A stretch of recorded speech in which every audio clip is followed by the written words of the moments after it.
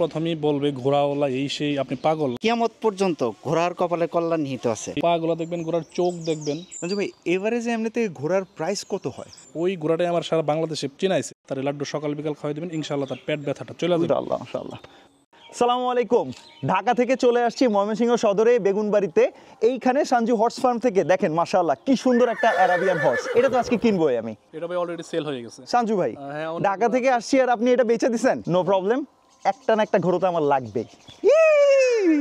আতিক ভাই, নিজের ঘোড়ায় বসে কেমন লাগতেছে? আলহামদুলিল্লাহ, অনেক ভালো, অনেক ভালো লাগতেছে। ঘোড়া কিনতে হলো কেন? ঘোড়াটা আসলে যদি বলি, আমি একটা সুন্নাহ আমল করতে চাইতেছি। আল্লাহ রাসূল ঘোড়া করছে, আর সবচেয়ে বড় হচ্ছে আল্লাহ ঘোড়ার কসম দিছে, যে ঘোড়ার কসম, সূরা আদিয়াত। জি।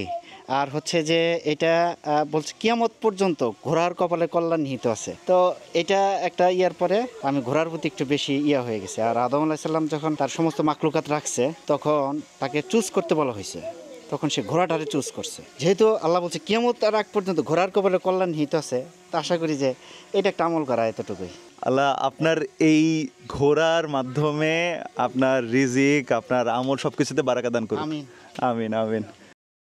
আচ্ছা সঞ্জু ভাই, মানুষ হচ্ছে পালে গরু, ছাগল, হাঁস, মুরগি, আপনি ঘোড়া বলতে গেছেন কেন? আসলে ভাই এটা মূলত আমার শখ।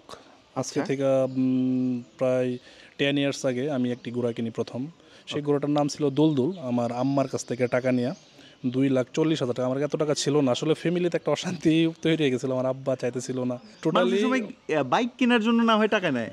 আসলে এটা একটা রোগ, ঘোড়া কিন্তু একটা রোগ। ঘোড়া আপনি কিনতে চাইলে এটা কিন্তু একটা মানে শরীরের মধ্যে একটা রোগের মতো হয়, এই টেন্ডেন্সিটা কাজ করে, মানে ঘোড়া রোগ বলে না। ওটা থেকে শুরু হয়েছিল। ওটা কি জাতের ছিল? থরব্রিড ছিল। আচ্ছা, থরব্রিড রেসের ঘোড়া ছিল। আমি ওটা মাঠে, ওই ঘোড়াটাই আমার সারা বাংলাদেশে পপুলার বলেন, আমাকে এই মানুষের মাঝে নিয়ে চিনাইছে। মানে মাঠে যাওয়ার পরে সে হার বলতে ওর কোনো ছিল না, সব সময় জিততো। কিন্তু ওই ঘোড়াটা আমার মারা গেছিল একটা সময়, কিন্তু আমি বুঝি নাই তখন, তো ফার্স্ট টাইম ঘোড়া পালা। ঘোড়ার কি খাবার, ঘোড়ার কি ওষুধ, ঘোড়ার কি ভ্যাকসিন, আমি আসলে জানতাম না এগুলো। ভাই এভারেজে এমনিতে ঘোড়ার প্রাইস কত হয়?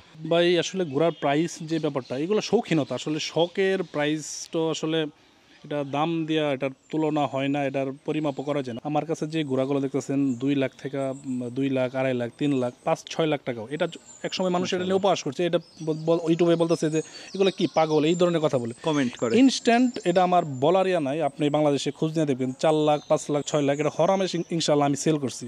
এই পর্যন্ত মোট কতগুলা ঘোড়া আপনার আলহামদুলিল্লাহ এই হর্স ফার্ম দিয়ে গেছে? বা এটা বললে প্রায় 100 ঘোড়া প্লাস, 100+ 1 ইয়ারে সেল করছি। আপনি ঘোড়াগুলো কি ব্রিড করাচ্ছেন এখানে? এটা আপনার আনাইতে হয় না? বা আনাইতে হয়। আমার এটা ব্রিডিং ফার্ম, মূলত ব্রিডিং ফার্ম। আমার এনে মেয়ে প্রেগনেন্ট ঘোড়া আছে, এগুলোর বাচ্চা আমি ট্রাই করতেছি, আমি শিখতেছি। আসলে আমিও নতুন ভাই, আসলে আমি শিখতেছি, টাইম লাগবে একটা সময়। হ্যাঁ, কত বছর হলো আপনার?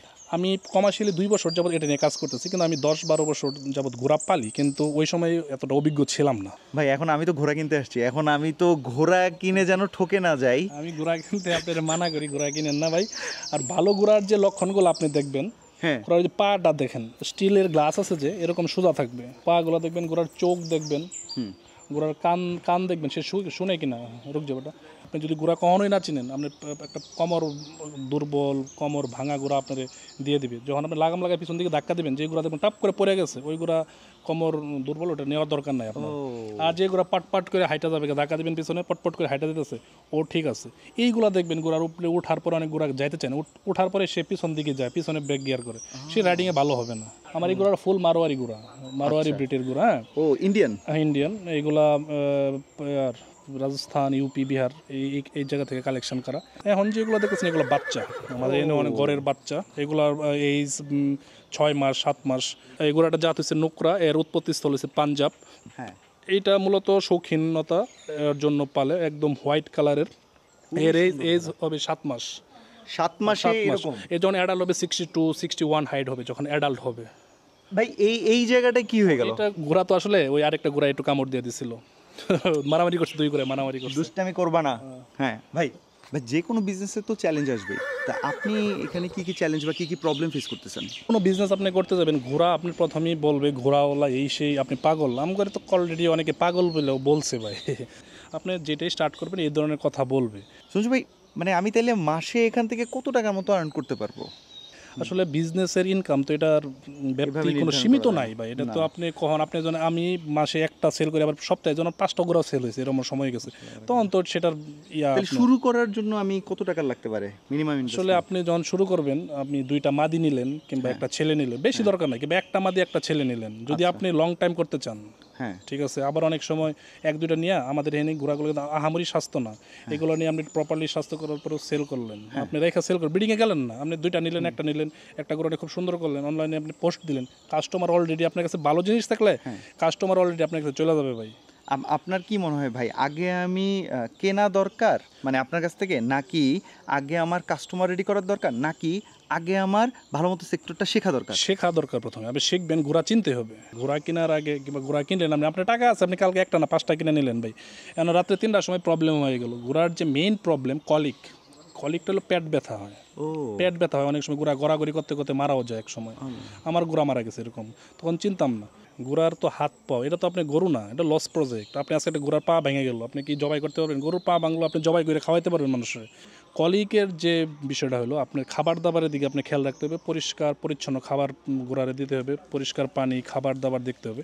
আর যদি আপনার পেট ব্যথা উঠাই যায়, আমি যেটা করি, হলুদের গুঁড়া আছে, হলুদের গুঁড়া দিবেন 1 মুঠ, আর খাবার যে গুড় আছে মিঠাই বলি এটা 1 মুঠ দিবেন, আর আরেকটা আছে লোইন হজ বলে, আর হিন্দিতে বলে জোয়াইন, আমি পাঞ্জাবে দেখছি জোয়াইন, এই 3টা মিক্সড করে এরকম লাড্ডু বানায় তার লাড্ডু সকাল বিকাল খাওয়াই দেবেন, ইনশাআল্লাহ তার পেট ব্যথাটা চলে যাবে। জয়েন্টটা কোথায় পাওয়া যায়? জয়েন্টটা আসলে মশলার দোকান যেগুলো, যে মশলা এগুলো আমরা খাবারে ইউজ করি, খাবার মশলা মানুষের। আল্লাহ, এগুলোর মধ্যে রোগের জন্য মানে ওষুধ আমি দিয়ে বড় দিছে? ফার্মে দেখছি ওরা কখনো মানে মেডিসিন খুব কম ইউজ করে, ওখানে ভেষজ, ইন্ডিয়াতে টোটাল ভেষজ ওষুধ, আপনার গরুর কাটা সিরা ফুলা এগুলো ভেষজ ওষুধ ইউজ করে, এটা একদম কারেন্টের মতো রেজাল্ট। এইটাই একটু বড়, আর অন্য ধরনের গরু ছাগলের মতো মহামারী আকারের কোনো রোগ আমি ফেস করি নাই। আর টাইমলি কৃমির ওষুধ দিলেন, ভ্যাকসিন দিলেন, এইগুলো যদি আপনি কনফার্ম করতে পারেন ইনশাল্লাহ, যেগুলো টুকিটাকি এগুলো আপনি শিখতে হবে, গোড়াকে কীভাবে খাবার দিতে হয়, কীভাবে গোসল করাইতে হয়, গোড়াকে কীভাবে রাইডিং করতে হয়, গোড়াকে কীভাবে গ্রোমিং করতে হয়, এই সেক্টরগুলো, এই জিনিসগুলো আপনার আস্তে আস্তে শিখতে হবে। না ভাই, যে কোনো সেক্টরই আসলে প্রথমে ভালো মতো সেক্টরটাকে দেখা শেখা, এবং এই সেক্টরে অলরেডি ভালো করতেছে এই মানুষগুলোর সাথে লেগে থাকা। হ্যাঁ হ্যাঁ হ্যাঁ। আর এমনিতে ভাই এই সেক্টরে কারা ভালো করতেছে?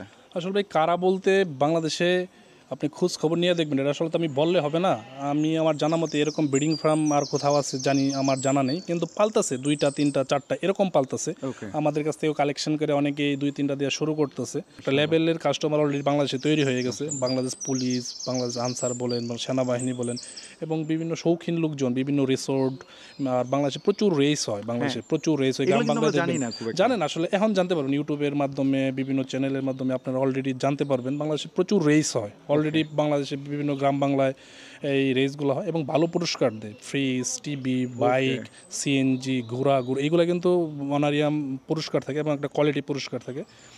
তারপরে ইতিমধ্যে আমার সবচেয়ে বড় অ্যাচিভ বাংলাদেশ আনসার বাহিনী সখীপুর, যেটা দেখতেছেন, এখানে আমি প্রায় 6টা ঘোড়া সেল করছি, এইগুলোর সামনে একটা প্রোগ্রাম আছে প্রাইম মিনিস্টারের, ওখানে প্যারট করবে, এটা আমার সবচেয়ে বড় অ্যাচিভ, যে গভর্নমেন্টের একটা কাজে আমি শরিক থাকতে পারছি, তারা আমাদের কাছে অলরেডি ঘোড়াগুলো ডেলিভারি নিয়েছে। ওকে, আপনি মনে করতেছেন এটা তাহলে ভালো ইনকাম হবে এখান থেকে? ইনশাল্লাহ হ্যাঁ, অবশ্যই ইনকাম হবে, যদি আপনি প্রপারলি খাবার, প্রপারলি ট্রিটমেন্ট, প্রপারলি ভ্যাকসিন দিয়ে করতে পারেন, অবশ্যই ভালো কিছু হবে। এইগুলো শিখতে হবে না? এগুলো শিখবো হ্যাঁ, কিভাবে? শিখতে হবে আসলে, শিখতে বলতে আমার এখানে আসলেও আমি যতটুকু পারি আমিও শিখতেছি, আমিও প্রপারলি পুরোপুরি জানি না, আমিও শিখতেছি, আমি যতটুকু পারি ফোনে অনেকে হেল্প নেয়, অনেকে আসে আমার কাছ থেকে দেখে, এভাবে অলরেডি হয়ে যাবে। এবং উপজেলা যে আপনি প্রাণী সম্পদ আছে ওদের সাথে যোগাযোগ করলে, ডাক্তার ভেটেরিনারি যারা ডাক্তার আছে ওদের কাছ থেকে হেল্প নিলে, তারা কি গরু বিষয়ে বেশি জানে, এগুলো সম্বন্ধে কম জানে এমন হওয়ার কথা না?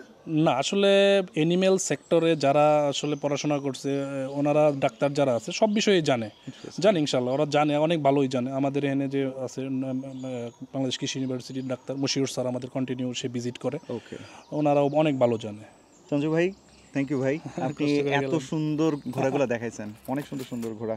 তো আপনারা চাইলে ঘুরে দেখতে পারেন সঞ্জু হর্স ফার্ম, এটা কোকিল গ্রামের নাম, এটা বেগুনবাড়ি, ময়মনসিংহ সদরে। So thank you so much ভাই। থ্যাংক ইউ ভাই, আল্লাহ হাফেজ। আল্লাহ হাফেজ, ইনশাল্লাহ আবার আসবো।